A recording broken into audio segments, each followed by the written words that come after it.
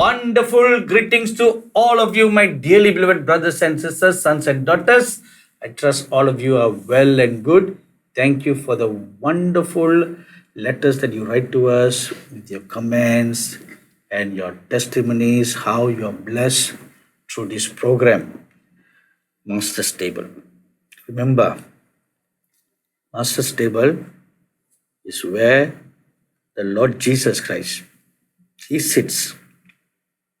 And the scripture says, all your children shall be taught by me. So we are now all gathered before the Lord to study. And we like to welcome our studio guests. And you are? I'm AB. EB. AB. Abby, okay. Yes, Tata. And what are you doing, Abby? I am studying in Poly. Okay, the Yes. Polytechnic. Polytechnic. All right. I'm doing my first First year. year, second year? First year. First year. And you are? Janet. Janet. And what are you doing? I'm in Polytechnic also, doing second year. Oh, you're a second year student. And you are? Regina. Regina. Please speak louder Regina. so that I can hear you. And what are you doing? I'm serving the Lord. Oh, you're serving the Lord. Wonderful. And you are well famous. No famous. But regularly Okay, sitting so in the all program. our audience knows you better. Yes, Right? yes. Okay, good. So, today we are going to meditate on a subject that is very important, but almost non-existent Okay. in modern Christianity. Mm-hmm. It's a very important subject, but non-existence. Okay. Not 100% non-existence, Okay. but almost non-existence. All right. So before we go into the topic, I want to share with you all a vision that I saw. One day I saw a vision. In the vision, a great eagle. Have you all seen eagles? Yes.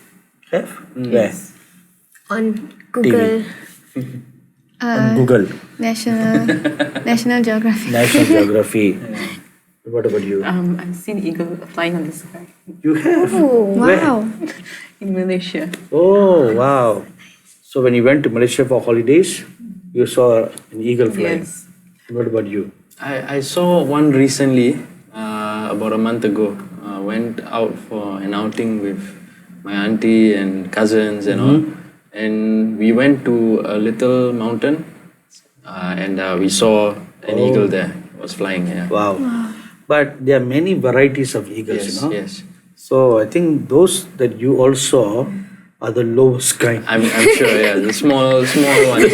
Lowest kind that flies nearby. Yes, yes, yes. But the real eagle that what I saw in the vision is what is called a golden eagle Oh, or the bald eagle. okay.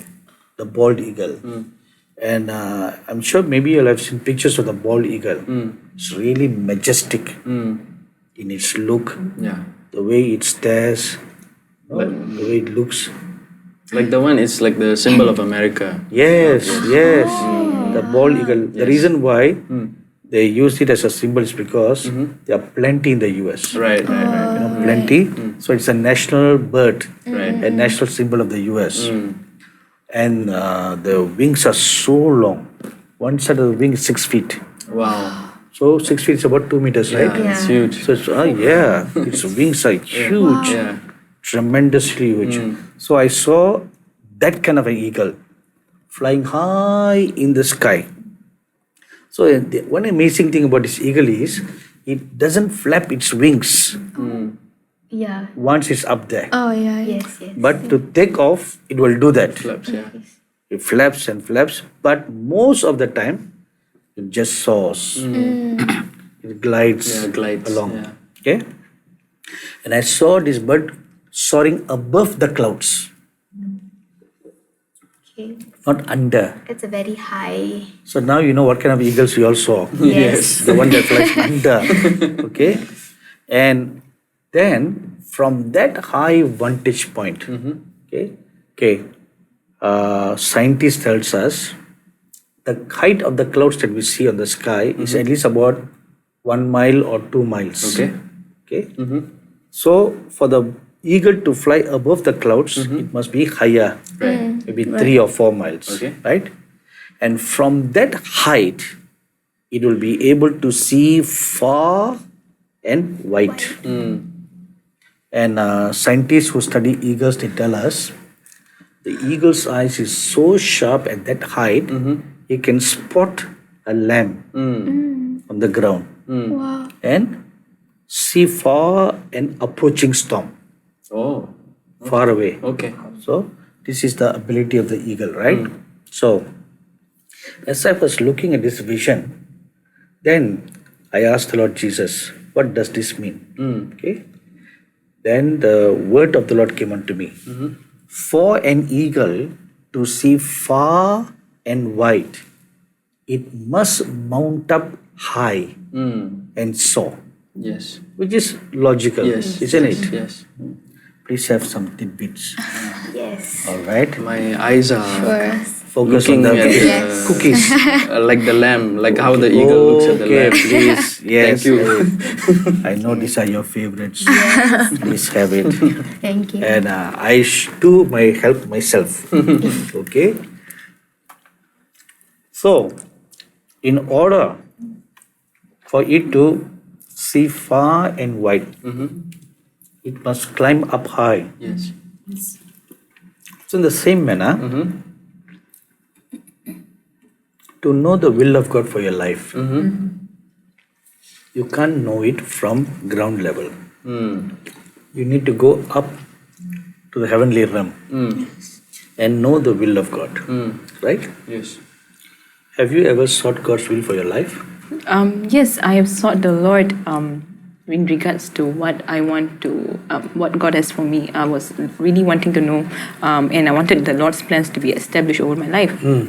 Then, as I was finishing after I finished my studies, I went to seek the Lord earnestly. Like every day, I started seeking the Lord at a specific time, and and slowly through the prophets, through the prophecies, God has told me what will happen in my life. Okay. Have you sought God's will for your life? Yes, I have. How have you done it? Earlier in my life, I was just seeking the Lord in what I should be doing next, because I was always not satisfied with what I was doing. I felt like there was always more for me to do. So how I did was to spend time fasting and praying. Okay. And it took me quite some time. If I'm not wrong, it took a few months, about 4 or 5 months before I had a clear picture of what I was supposed to do. And throughout that So you whole- were fasting for all those months not the whole time, regularly. but regularly in those times, and I was regularly seeking the Lord, because there was a deep knowing within me that there is more to what I need to do, and there was a dissatisfaction with what I was currently doing. So I had to keep fasting and praying to seek the voice of the Lord on what I should do, and finally when it was revealed, then I was satisfied and I could rest in that.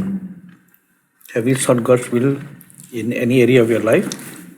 So far, I've only seen God's will in my education life.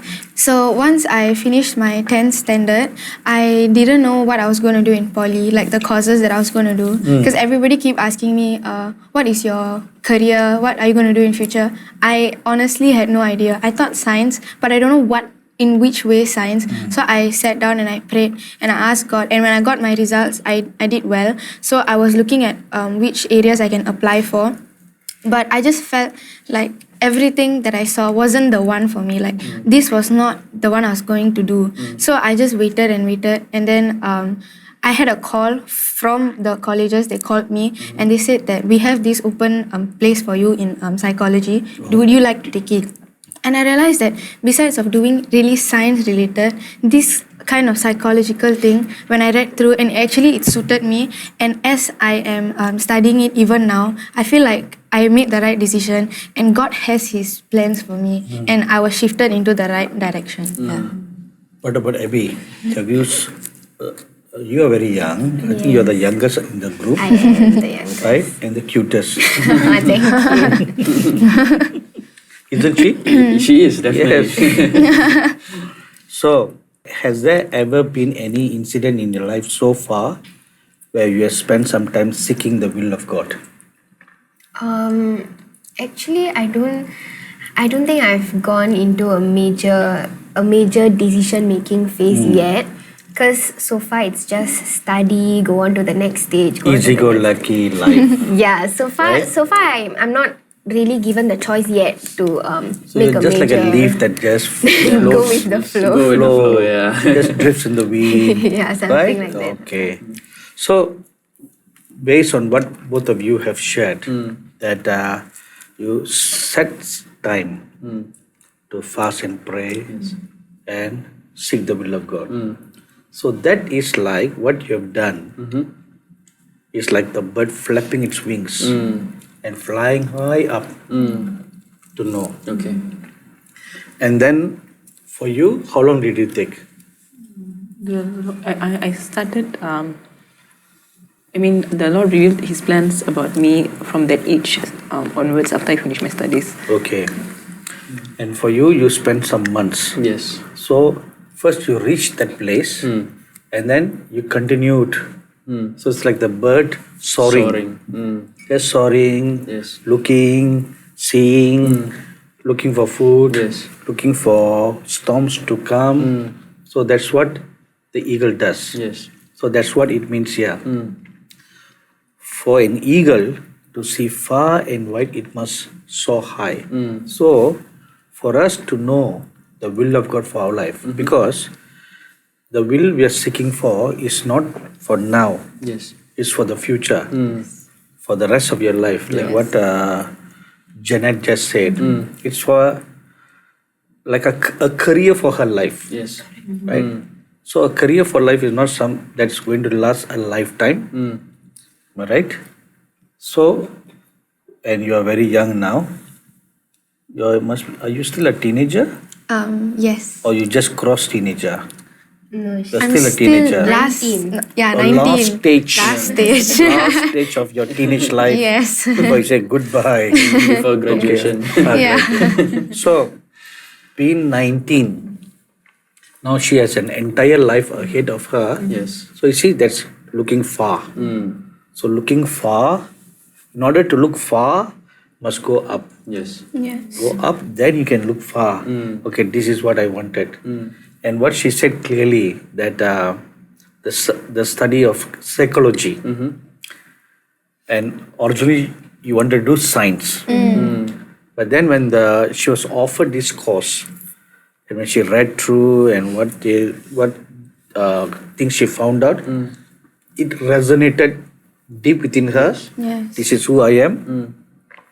This is what I am. I mean, she'll feel like a fish in a water. Yeah. Yes. Am I right? Yes. So there was already something inside her. Yes. And then because she saw the will of God, and she began to know. So that can only happen when you are up there. You reach there. Yes. When you keep on seeking God, keep on praying, keep on worshipping, then you fly and you flap, you flap, you flap. Then you'll know, okay, I'm reaching there, but I still don't see. Then as you keep on maintaining, like what you have done, just keep on fasting, praying over several months. Yes. That is just gliding, soaring, staying in that place of seeking, of wanting to know. Then you got it, Yes. right? Yes. So now you learn some tips. Yes, So for my future. now for your future, you will know what to do, how to seek the Lord. Yes. So instead of turning to your left or to your right, meaning asking people, first you bend your knees and you seek God. Up to God. Then seek counsel from your parents. Yes. Your parents are godly people, right? Yes. They pray and they seek God, right? First, you go to God. Okay. Secondly, then you consult your parents. Okay.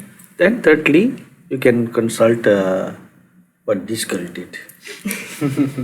Lecturers, fact finding. Yes. Fact finding, Yeah. right? Fact finding. What is it about? Get the facts. Do research. Right. So you design. Design. Design. you're designing your life. Yes. Yes. So anything else you can share about you spending time seeking the will of God for your life? Yes. So Any other incident? as I was seeking the Lord, it's not that I perfectly knew the will of God. I knew A, B, then Z, something like that. I don't know what's going to happen in between. So I was curious, but some things were not revealed. So I was confused in between my life, like during my teenage years, I was confused, but the Lord was gracious to guide me in His way. She just made one very important statement. The important statement was like, what did you first say? Yes, I told I was seeking the Lord, but the Lord did not reveal to me what will happen step by step. She was seeking the Lord, but she didn't get much information, right? Yes. Okay. I just remembered reading in the book of Numbers a few days ago that now the children of Israel were going to set forth on their journey from Mount Sinai, Okay. right? And they were going to walk across the desert area. Yes. And suddenly you read that the prophet Moses, he calls for his brother-in-law, Okay. Hobab. Hobab was his brother-in-law. Okay. And he tells him, can you come with us Okay. and go with us? Because you know this terrain very well. Right. You know the terrain very well. You know the ins and the outs. Because in the desert, there's no signpost. Yes. Right? Yes. There's no road saying, There's no. this is Villivakam, this is Anna Nagar. Nothing there. nothing. Right? Yeah. So, how to know? Unless you are a local there. Yes. You know the ins and the outs of everything. Right? And so that man, Hobab, he will agree to do that. Okay. So Prophet Moses will tell him, you be our eyes to go. So when I read that, I was a little puzzled because a few verses before that we read that this is in chapter 10 Okay. of the book of Numbers. Okay. That the cloud of God's presence was there Okay. on the tabernacle, and the cloud will go before them because the Lord gave instruction. If the cloud moves, you all will move. If the cloud stays, you all stay.